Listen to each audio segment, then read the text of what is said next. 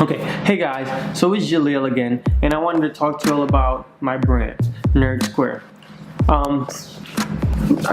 Before I get into the video, the reason I'm making this video is because a lot of people ask me, how did you come up with Nerdsq? How did you come up with the name Nerdsq? How do you do it all? And just some tips about that I have for running Nerdsq. So let's get right into it.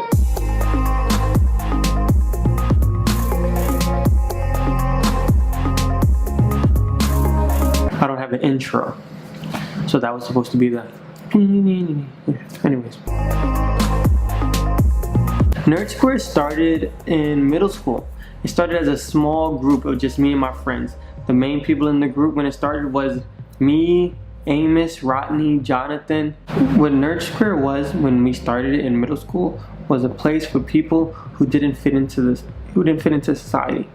And by that I meant they're not the average cool kid, you know, the one who's all flashy, who's materialistic, who's an idiot, who does the dumb things and causes attention and is a class clown. There's people who wanted to learn, people who were quiet, people who liked reading, people who had the less desirable attributes to our school environment.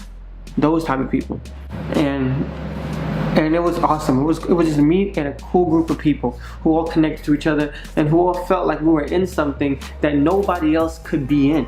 Because we're constantly told, oh man, we can't be in your group, or we don't fit in with you all, constantly being picked last. And now we have something that we call our own that we're not gonna let you in and let you interrupt and let you disrupt. So that's what Nerdsq was when it started in middle school. First time we ever thought about turning Nerdsq into clothing, well, they never even thought about turning Nerdsq into clothing. One day, me and my friend Jonathan was walking through the mall, right? And this dude was making custom clothing in the middle of the mall. And we was like, hey man, we should get matching shirts. We should put Nerdsq on the shirt. So we went to the guy and he made the shirts for us, and we put it on the next day and went to school, and it was like everybody in our group loved it. It was awesome. He was getting so much attention from the people in our group because only the people in our group knew about it to begin with, right? They loved the idea, they loved it so much, and I was like, man, this group means so much to me. These group of people mean so much to me. This environment means so much to me because I started to feel like I was a part of a group. I started to feel like I had genuine friends. Sadly, when I graduated middle school and I was going to high school, everybody split up, like everyone. Everything that people wore that was considered cool wasn't cool to me. And like honestly, the things people thought was awesome, was trendy, was so fashionable, was the next big thing, they were lame, they were ugly, they didn't stand for what I stand for. People used to wear naked females, used to have money signs on their shirts, used to wear things that had drug references, gang related, and the way people sagged their pants. Those people who wore those type of things were always considered the popular kids. What was the kids making jokes in class? What was the kids acting up? What was the kids getting in trouble? But they were loved.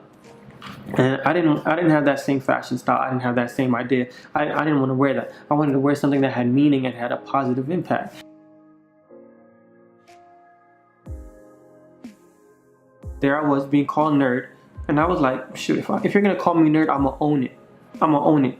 People used to call themselves things like thugs and gangsters and all these negative things. But oh, they look at the word nerd as an insult, which is very ironic because nerd means intelligent. It means someone who likes to learn. But here you are, scared to call yourself that and calling someone else that as an insult, but will call yourself all these other negative and ignorant remarks. It made no sense to me. Positive word got such a negative depiction. But people call themselves the N-word all the time normally, but can't call themselves the correct N-word.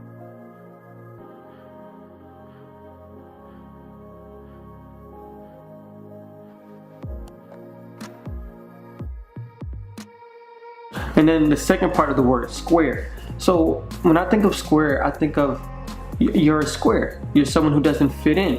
You're weird. You're different. You don't fit into the group. You're not part of society's norms. And that's what my brand is about. It's about nerds and it's about squares. It's about nerd squares. So you gotta really think about it. There I was. I'm a high school kid, freshman to be exact, coming out with a brand called Nerdsq. My teachers laughed. My peers laughed.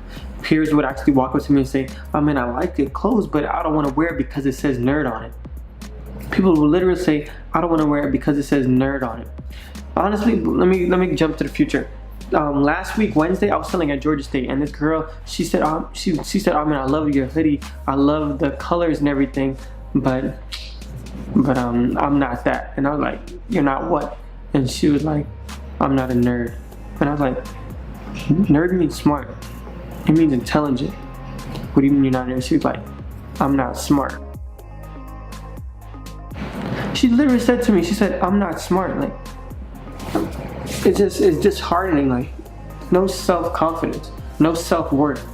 People say, I mean, I would buy that shirt if it didn't have nerd on it, or I would buy that shirt if you had some gang references or some drug-related things, or if you had the same thing just without the word nerd on the shirt. Now, when they say without the word nerd on the shirt, it would be something like this, because I always put my brand logo on all the clothes that I make. It's not that it got easier. I did grow a lot from high school. My brain did change tremendously. I've accomplished a lot of things. I've been on the radio. I've sold across the world. But our young people not doing nothing positive. I went on and caught me a shirt. Alright, we always say our youngins ain't doing nothing good. Right here it is, right here, man. I've sold in numerous places. I've created a website, social media, and I keep saying I did it. Hey, this is Jaleel. I'm the creator of Nerdsq. That's my brand. This shirt I made myself. I make a whole bunch of different apparel. I make hoodies, hats, t-shirts. Anything you're thinking about, I probably made it, all right? I've done all this by myself with no financial help from my family, with no help at all. I'm in charge of my own brand. I trademarked it myself. I got my LLC myself. I look up all my vendoring events myself, and I attend to majority of all of them myself. So when people say it's not possible, it is possible. I've did all of this by myself. You just have to really be motivated. You know how many vendoring events I've been to where I spent hundreds of dollars and I didn't sell anything. Nowhere near made back how much money I spent to get there. I literally sat or standing, depending on how it was, for hours. People walked past my table, didn't sell anything. People looked at my clothes, said they liked my clothes, and didn't buy anything. Do you know how many vendoring events I've spent like that? And if I had said, you know what, man, maybe I'm wasting my time, bro. Maybe I'm wasting my time. Maybe I'm doing all this thing wrong because I don't understand why I'm not selling. I'm looking at everybody around me selling clothes, and maybe my design just aren't good. Like, where would I be if I had stopped? It'd be bad. Like, you'd be sitting there and you'd just be like, you'd be ready to cry almost, because you're like, man, I came up with all these designs myself, the amount of hours I spent in making them, the amount of money I spent, the amount of things I had to do to get to this spot, all the equipment I had to buy, and just to come here and then not sell a thing. It ain't a nice feeling. It really is not. But if that stopped me, I wouldn't have accomplished anything I would accomplish. Like, I make clothes because I honestly enjoy making clothes. I honestly like coming up with the ideas. Like, this is something I would do even if I wasn't making money for it. Like, I can and I do this all day. From open up my eyes to close my eyes. I mean, you laughing, but it's like, I'll be like this.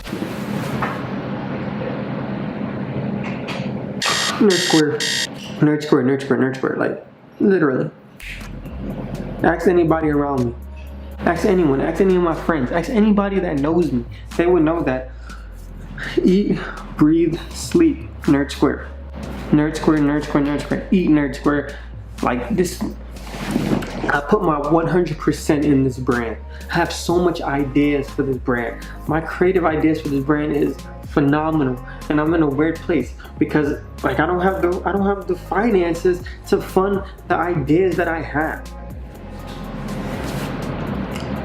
Right now, I'm looking for a job so I can help invest in my, like, the amount of risk that I've taken, the amount of investments I've put in my brand.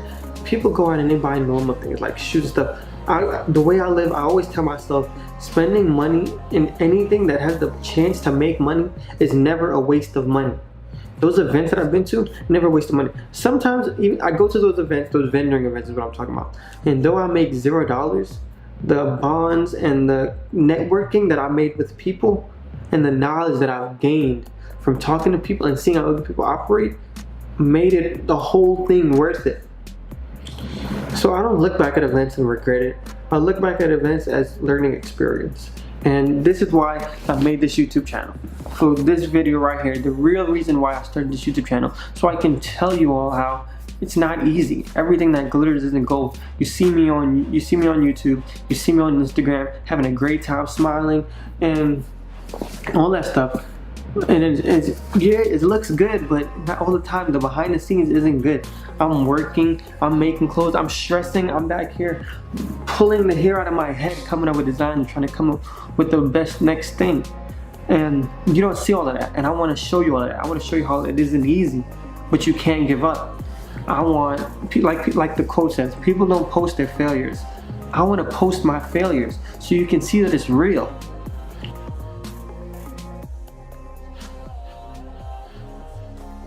Anyways, let me wrap it up for this video, and I'll definitely talk to you again next time. Definitely like, comment, and subscribe, and I'll continue to make more videos like this as I go along. And until next time, stay nerdy.